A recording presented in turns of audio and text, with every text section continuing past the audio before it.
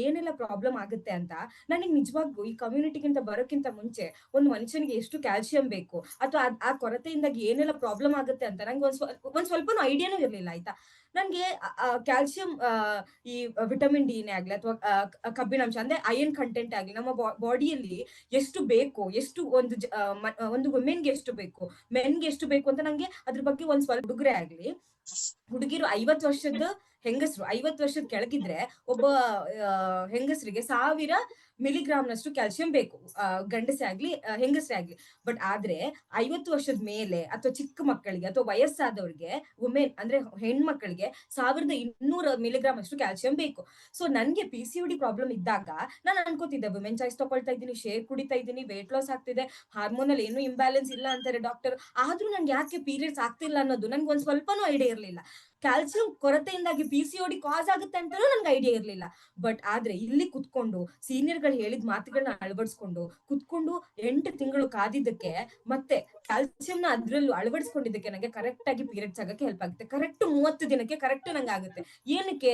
ಆ ಕ್ಯಾಲ್ಸಿಯಂನ ಸೇರಿಸ್ಕೊಂಡಿದ್ದಕ್ಕೆ. ಅಂದ್ರೆ ನಮ್ಮ ಬಾಡಿಯಲ್ಲಿ ಕ್ಯಾಲ್ಸಿಯಂ ಕೊರತೆಯಿಂದ ಕೂಡ ನಮ್ಗೆ PCOD ಕಾಸ್ ಆಗುತ್ತೆ. ಮತ್ತೆ ಅಯನ್ ಕಂಟೆಂಟ್ ಇರಾದ್ರೆ ಸುಸ್ತಾಗುವಿಕೆ, ಕೂದಲು ಉದುರುವುದು, ಮತ್ತೆ ಪ್ರೆಗ್ನೆನ್ಸಿ ಟೈಮ್ ಅಲ್ಲಿ ಕ್ಯಾಲ್ಸಿಯಂ ಕೊರತೆಯಿಂದಾಗಿ ಲೋ BP ಆಗುತ್ತೆ. ಸೊ ಈ ತರ ಎಲ್ಲ ಪ್ರಾಬ್ಲಮ್ಗಳು ನಮ್ಗೆ ನಮ್ಮ ಬಾಡಿಯಲ್ಲಿ ಈ ತರ ಪ್ರಾಬ್ಲಮ್ಗಳಾಗುತ್ತೆ. ಇಲ್ಲಿ ನೋಡಿ, ದೇಹದಲ್ಲಿ ರಕ್ತ, ಸ್ನಾಯುಗಳು ಅಥವಾ ಜೀವಕೋಶಗಳ ದ್ರವದಲ್ಲಿ ಈಗ ನಮ್ಗೆ ಎಲ್ಲಗಳು ನಮ್ಮ ಬಾಡಿಯಲ್ಲಿ ಸೇರಿವೆ. ಸೊ ಅದಕ್ಕೋಸ್ಕರ ನಾವು ಹೆಚ್ಚಿನ ಕ್ಯಾಲ್ಸಿಯಂ ನಮ್ಗೆ ಅಗತ್ಯ ಅಂತೂ ಇದ್ದೇ ಇದೆ.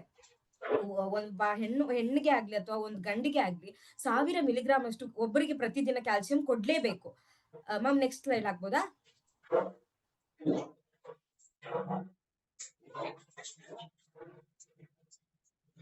ಓಕೆ, ಒಂದ್ ನಿಮಿಷ ಬರುತ್ತೆ.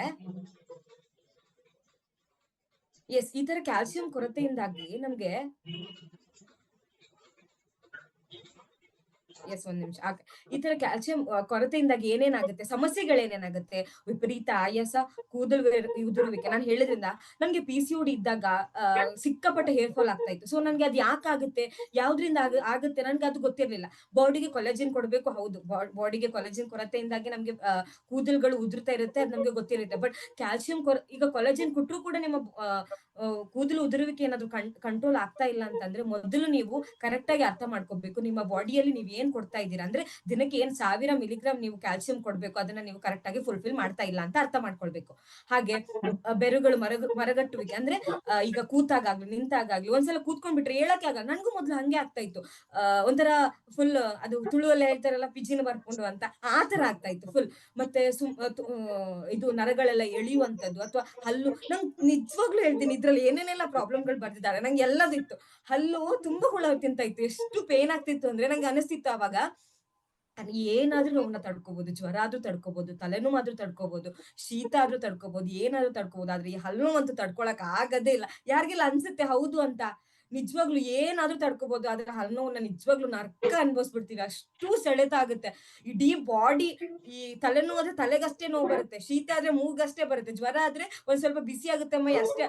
ಆದ್ರೆ ಹಲ್ಲು ನೋವು ಏನಾದ್ರು ಬಂದ್ರೆ ಇಡೀ ಬಾಡಿನೇ ಪೇನ್ ಆಗ್ಬಿಡುತ್ತೆ, ಅಷ್ಟು ಹಿಂಸೆಗಳಾಗ್ಬಿಡುತ್ತೆ. ಸೊ ಹಾಗಾಗಿ ನಮ್ಗೆ ತುಂಬಾ ಮೂಳೆ ಸವೆತ ಆಗುವಂತದ್ದು. ಸೊ ಈ ತರ ಎಲ್ಲ ಪ್ರಾಬ್ಲಮ್ಗಳಾಗತ್ತೆ. ನಮ್ಗೆ ಬಾಡಿಯಲ್ಲಿ ಕ್ಯಾಲ್ಸಿಯಂ ಏನು ಒಂದು ಒಂದು ಹೆಣ್ಮಕ್ಳಿಗೆ 50 ವರ್ಷಕ್ಕಿಂತ ಒಳಗಡೆ ಏನು 1000 ಮಿಲಿಗ್ರಾಮ್ ನಾವು ಕ್ಯಾಲ್ಸಿಯಂನ ಕೊಡ್ಬೇಕು ಒಂದು ದಿನಕ್ಕೆ, ಅದನ್ನ ನಾವು ಫುಲ್ಫಿಲ್ ಮಾಡಿಲ್ಲ ಅಂತಂದ್ರೆ ಸೊ ಈ ತರ ಎಲ್ಲ ಪ್ರಾಬ್ಲಮ್ಗಳು ನಮ್ಗೆ ಬರಕ್ಕೆ ಚಾನ್ಸಸ್ ಇದೆ. ಸೊ ನಾನು ಯಾವಾಗ ಇದ್ರ ಬಗ್ಗೆ ತಿಳ್ಕೊಂಡೆ ಅಂದ್ರೆ ನನ್ಗೆ PCOD ಇದ್ದಾಗ ಯಾವಾಗ ಅದು ನಾರ್ಮಲ್ ಆಗ್ತಾ ಇರ್ಲಿಲ್ಲ.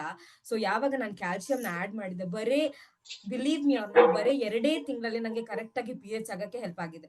ನಾನು ವುಮೆನ್ ಚಾಯ್ಸ್ 9 ತಿಂಗಳು ಕರೆಕ್ಟ್ ಆಗಿ ತಗೊಂಡಿದ್ದೀನಿ, ಹಾರ್ಮೋನ್ ಅನ್ನ ಸರಿಯಾಗಿ ಬ್ಯಾಲೆನ್ಸ್ ಮಾಡ್ತಾ ಇದ್ದೀನಿ, ಊಟ ಏನೇನ್ ಮಾಡ್ಬೇಕು ಅದನ್ನ ಕರೆಕ್ಟ್ ಆಗಿ ಊಟ ಮಾಡ್ತಾ ಇದ್ದೀನಿ, ಮತ್ತೆ ಪ್ರೋಟೀನ್ ಏನೇನ್ ಬೇಕು ಬಾಡಿಗೆ, ವೆಯ್ಟ್ ಲಾಸ್ ಎಲ್ಲದನ್ನು ಕರೆಕ್ಟ್ ಆಗಿ ಮಾಡ್ಕೊಂಡಿದ್ದೀನಿ.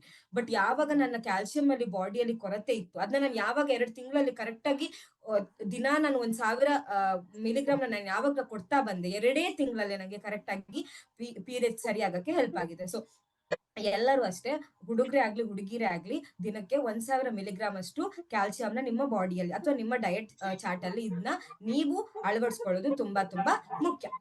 Okay, thank you so much. Urgent ಆದ್ರೂ ಒಂದ್ ಸ್ವಲ್ಪ ಚೆನ್ನಾಗಿರೋ ಇನ್ಫಾರ್ಮೇಶನ್ ಕೊಟ್ಟಿದ್ದೀನಿ ಅನ್ಕೋತೀನಿ. So thank you so much.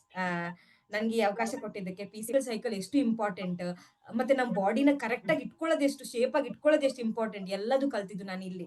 ಈ ತರ ಮಾತಾಡೋದಾಗ್ಲಿ, ಇಷ್ಟು ಇನ್ಫಾರ್ಮೇಶನ್ ಕೊಡೋದಾಗ್ಲಿ. So thank you so much ಈ ಅವಕಾಶ ಕೊಟ್ಟಿದ್ದಕ್ಕೆ. ಸೊ ಎಲ್ಲರೂ ನಾಳೆ